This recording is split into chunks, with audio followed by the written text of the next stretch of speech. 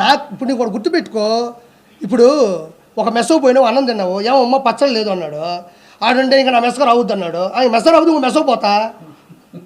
ఏమో 150 రూపాయలు డబ్బులు తీసుకున్నావు, మెస్సలో భోజనం పెట్టావు, సాంబార్ బాగాలేదు, పచ్చడి బాగాలేదు, ఒక హితువు చెప్పావు. అంత మాత్రం నువ్వు నా మెస్సకు రావద్దు అన్నాడు. అని మెస్సకు రాను, ఇంకో మెస్సో పెడతా, లేదా మా ఇంట్లో తింటా, లేదా నేను వండుకుంటా, లేదా పెరుగు పెట్టు, లేదా స్విగ్గీ జొమాటో పెట్టుకుంటా. అంత మాత్రం అల్లు అర్జున్ గారి సినిమాలో మాత్రమే చెయ్యాలని రాసి పెట్టుందా? మీరు అడిగారు. నేను ఆయన నిందించట్లే. క్వశ్చన్ దానికి నేను తప్పించుకోకూడదు, నేను తప్పించుకోవాల్సిన అవసరం లేదు కాబట్టి అది వదిలేసి ఇప్పుడు అది వద్దు నేను అలా.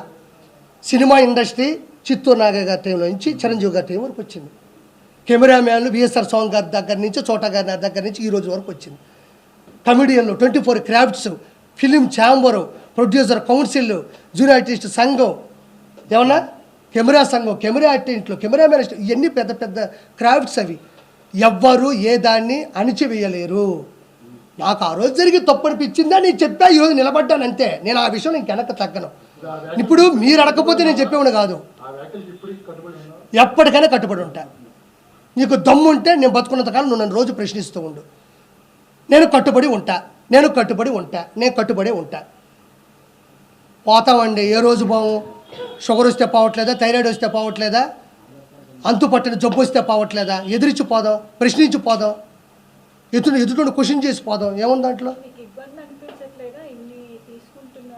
నాకేం ఇబ్బంది, తీసుకోకపోతేనే ఇబ్బంది. నాకు ఏ రోజు ఇబ్బంది అనిపించదమ్మా. ఏమంటే ఈరోజు జబర్దస్త్లో కానీ, ఈరోజు ఉన్న 175 మంది శాసనసభ్యులు కానీ, 25 మంది క్యాబినెట్ 25 మంది ఎంపీలు కానీ, క్యాబినెట్ మినిస్టర్లు కానీ, వాళ్ళు కూడా నాలాగే ఒక అమ్మ అబ్బకి పుట్టొచ్చిన వాళ్ళే. వాళ్ళు కూడా వాళ్ళ సంఘర్షణ స్థితి, వాళ్ళు ఉద్యమం కావచ్చు, వాళ్ళ డిగ్రీ కాలేజీల్లో వాళ్ళు లీడర్లు అయి ఉండొచ్చు, తర్వాత ఏదో ఒక ఉద్యమం మీద వాళ్ళు తిరుగుబాటు చేసి ఉండొచ్చు, ఆ తర్వాత కాలంలో రాజకీయాల్లోకి వచ్చి ఉండొచ్చు, నిలబడి ఉండొచ్చు. అది ఎవరికి వ్యతిరేకం కాదు, ఎవరికి వ్యత్యాసం లేదు. నాకు అనిపించింది, నా బాడీలో అది ఉంది, నేను ప్రశ్నిద్దాం అనుకున్నా, ప్రశ్నించానంతే. ఒకసారి ముందుకెళ్ళిన తర్వాత క్షమాపణ చెప్పే పరిస్థితి ఏ రోజు నేను తెచ్చుకోను. క్షమాపణ చెప్పే విధంగా నేను తప్పు చేయను.